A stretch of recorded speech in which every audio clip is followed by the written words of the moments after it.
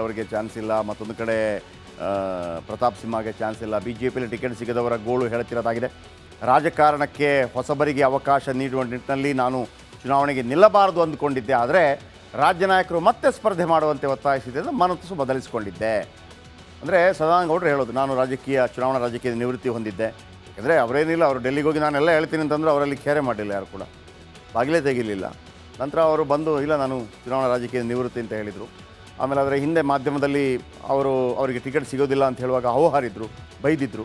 ಆಮೇಲೆ ಅವರನ್ನು ನಿಲ್ಲಿಸಬೇಕು ಅಂತೇಳಿ ಲೋಕಲ್ ಲೀಡರ್ಸ್ಗಳು ಅಂದರೆ ಅಶೋಕ್, ಆಮೇಲೆ ಬಸವರಾಜ ಬೊಮ್ಮಾಯಿ, ಅಶ್ವಥ್ ನಾರಾಯಣ ಇವರೆಲ್ಲ ಹೋಗಿ ನೀವು ನಿಲ್ಲಿ ಅಂತ ಹೇಳಿದರು. ಅವರು ಹೇಳಿದ ಕಾರಣ ಅವ್ರದ್ದೊಂದು ರಾಜಕೀಯ ಲೆಕ್ಕಾಚಾರ ಇತ್ತು. ಯಾಕಂದರೆ ಸಿ ಟಿ ರವಿ ಬಂದು ಇನ್ನು ಬೆಂಗಳೂರು ಉತ್ತರಕ್ಕೆ ಒಕ್ಕರಿಸೋದು ಬೇಡ ಅಂತ ಅವರ ಬೇರೆ ಲೆಕ್ಕಾಚಾರ, ಇನ್ನೊಬ್ಬ ನಾಯಕ ಯಾಕೆ ಬರಬೇಕು ಅಂತೇಳಿ ಇವರು ಹೇಳಿದ್ದಾರೆ. ಚುನಾವಣಾ ವ್ಯವಸ್ಥೆಯಲ್ಲಿ ಟಿಕೆಟ್ ಕೊಡದೆ ಕಾಲರ್ ಹಿಡಿದು ಹೊರಗೆ ಹಾಕಿದರೆ ಬೇಸರವಾಗುತ್ತೆ ಅಂತೇಳಿ ಸಂಸದ ಡಿ ವಿ ಸದಾನಗೌಡ ಹೇಳಿದ್ದಾರೆ.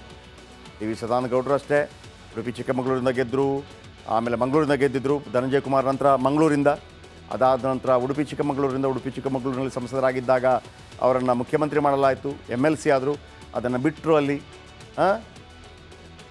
ಆ ಸಂದರ್ಭದಲ್ಲಿ ಸುನಿಲ್ ಕುಮಾರ್ ಅಲ್ಲಿ ಸ್ಪರ್ಧೆ ಮಾಡ್ತಾರೆ, ಸೋತೋಗ್ತಾರೆ. ನಂತರ ಶೋಭಾ ಕರಂದ್ಲಾಜೆ ವಗೇರೆ ಇರಲಿ.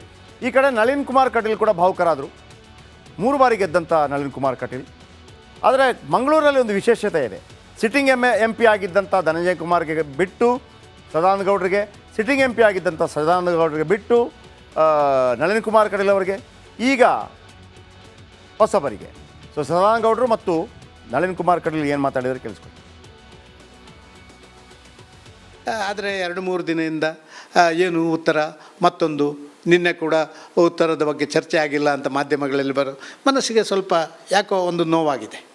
ಪಕ್ಷದ ಹೈಕಮಾಂಡ್ ಏನೇ ತೀರ್ಮಾನ ಕೈಗೊಂಡ್ರು ಸದಾನಂದ ಗೌಡರು ಅದಕ್ಕೆ ಬದ್ಧವಾಗಿದ್ದಾರೆ ಅಂತ ಹೇಳ್ಬೋದಾ? ಪಕ್ಷದ ಹೈಕಮಾಂಡು ರಾಜ್ಯದ ವಿಚಾರಗಳಿಗೆ ಖಂಡಿತವಾಗಿ ಒಂದು ರೀತಿಯಲ್ಲಿ ಮಣೆ ಹಾಕ್ತದೆ ಅಂತ ಹೇಳುವಂಥ ವಿಶ್ವಾಸ ಇದೆ. ಮಣೆ ಹಾಕೋದಿಲ್ಲ ಅಂತ ಹೇಳಿದರೆ ಮಾತುಕತೆಗಳ ನಂತರ ಅದಕ್ಕೆ ಏನಾಗಬೇಕು ಅಂತ ಹೇಳುವಂಥ ತೀರ್ಮಾನ ಮಾಡಬೇಕು ಅಂತ ಹೇಳುವಂಥ ನನ್ನ ಆಗ್ರಹ. ಪಾರ್ಟಿ ಏನು ಹೇಳುತ್ತೋ ಆ ಕೆಲಸ ಮಾಡೋರು, ಗುಡಿಸು ಹೇಳಿದ್ರೆ ಗುಡಿಸೋರು, ಒಡಿಸೋರು, ಪಾರ್ಟಿ ಕೆಲಸ ಮಾಡ್ಲಿಕ್ಕೆ ಇರೋರು ನಾವು. ಪಾರ್ಟಿ ಏನು ಹೇಳುತ್ತೋ ಆ ಕೆಲಸ ಮಾಡೋರು, ಗುಡಿಸು ಹೇಳಿದ್ರೆ ಗುಡಿಸೋರು, ಒಡಿಸೋರು, ಪಾರ್ಟಿ ಕೆಲಸ ಮಾಡ್ಲಿಕ್ಕೆ ಇರೋರು ನಾವು.